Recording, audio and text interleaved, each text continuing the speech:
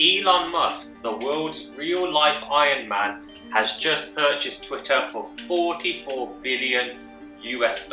Hi, my name's Sandu Talks and thank you for clicking on my YouTube video. On this channel, we discuss everything related to cryptocurrency, stocks, investment and finance. If it makes money, I'll talk about it. If you want to help support the channel, please drop a sub and drop this video a like or leave a comment suggesting what you want to see next. Anyway, back to the video. Elon Musk, the man, the myth, the Dogecoin legend. For anyone who may be unfamiliar with who Elon is, he is classified as the world's richest man with a net worth of $273 billion. But where did this wealth come from? Well, currently he's CEO of Tesla, SpaceX, Neuralink, The Boring Company and Solar City. And in addition to this, he also co-founded PayPal back in the day. But how has Twitter joined the list? Well, it's time for a bit of a history lesson to really understand how we've ended up from point A to point B, where suddenly Elon Musk has become the owner of Twitter. So it all started 24th of March when Elon tweeted, "Should the Twitter algorithm be open source for transparency?" An innocent question stemming from years of influencers and celebrities constantly complaining about being shadow banned by Twitter in the events that their tweets go against the social norm. An example of this being Donald Trump. Well, this poll tweeted by Elon received 1 million respondents with an overall majority agreement that the algorithm should be open source. And so the motion for Elon's plan began to unravel. On the back of this poll, Elon then tweeted a follow-up question asking, does Twitter actually adhere to freedom of speech? And again, this may have just sounded like an innocent, curious question. But with this tweet, there was a follow-up by Elon with a bit of a threat, suggesting that the consequences of this poll will be important. Well, just over 70% of users actually said that Twitter does not follow free speech.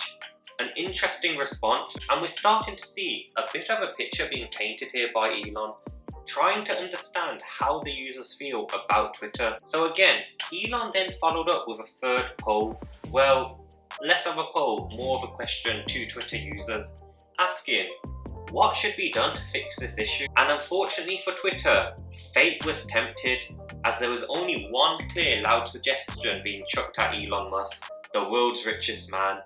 And that answer was, Elon, just buy Twitter. And we all know now how that went. So this was phase one of the motion of events that led to Elon Musk buying Twitter.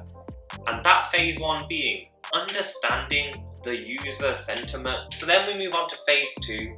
Well, on the 4th of April, Elon Musk purchased a 9.2% stake in Twitter, and this made him the largest shareholder, which then caused stock to rise by 22%, leaving Elon Musk with a position of Twitter stock worth around $3.5 billion. Given this, he immediately started asking for feedback from Twitter users on how he could improve Twitter, with suggestions ranging all the way from an edit button to Twitter Blue, to user verification to stop spam. But there was still an elephant in the room. Elon Musk might have been tweeting out all these suggestions and trying to gauge ideas from users. But unfortunately, his stake in Twitter still limited him. He didn't have a controlling stake, and additionally, he wasn't on the board. So although he was chucking out all these ideas, he had no real power and he could be brushed off into the distance, despite being $3.5 billion lighter. But one of the benefits of being the world's richest man is having the ability to chuck more money at a problem.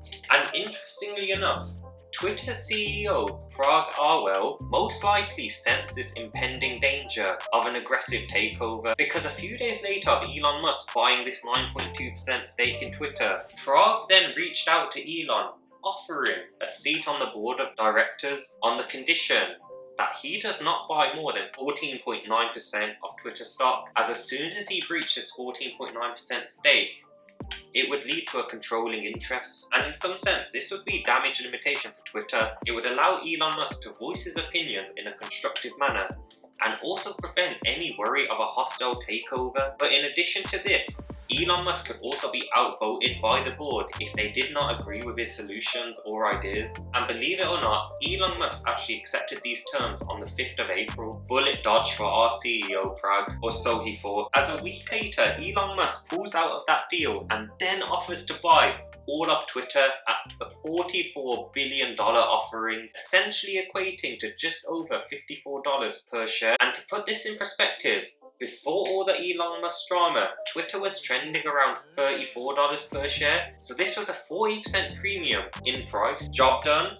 Well, not really, because this is when things began to take a dark turn. Despite receiving a premium offer from Elon Musk, the Twitter board then implements what's known as a poison pill, or in technical terms, a limited duration shareholder rights plan. But what does that mean? Well, in the event of a poison pill, if anyone, person, group, whoever, buys more than 15% of Twitter's outstanding stock without board approval, which would therefore lead to a controlling interest, Twitter management can respond by releasing extra shares to existing shareholders at a discount. So what happens is you have this dilution of shares. So let's say there's 100 shares and Elon Musk buys 15 of those shares. That equates to 15%. Well, what Twitter board will then do is release maybe 100 more shares at a discount to the other shareholders. And what it does is it dilutes that 15% down to 7%, therefore making sure that the acquirer no longer has a controlling interest. And why is that bad? Well, it devalues the price of a share, which therefore harms investors like you or me, which may be holding Twitter stock. But that is only step one to the poison pill. There's actually several steps which we didn't reach in the Twitter scenario. So for example, another step of the poison pill could be what's known as the golden parachute. In the golden parachute scenario, should someone buy, let's say, Twitter and fire all of management, that management will then be allowed a fat bonus compensation. So in essence, it causes financial impairment to the company by causing high expenses. And that is the point of a poison pill. You have all these different layers to it, and all these layers are designed to bring the value of a company down before being purchased. But why is that a dark turn?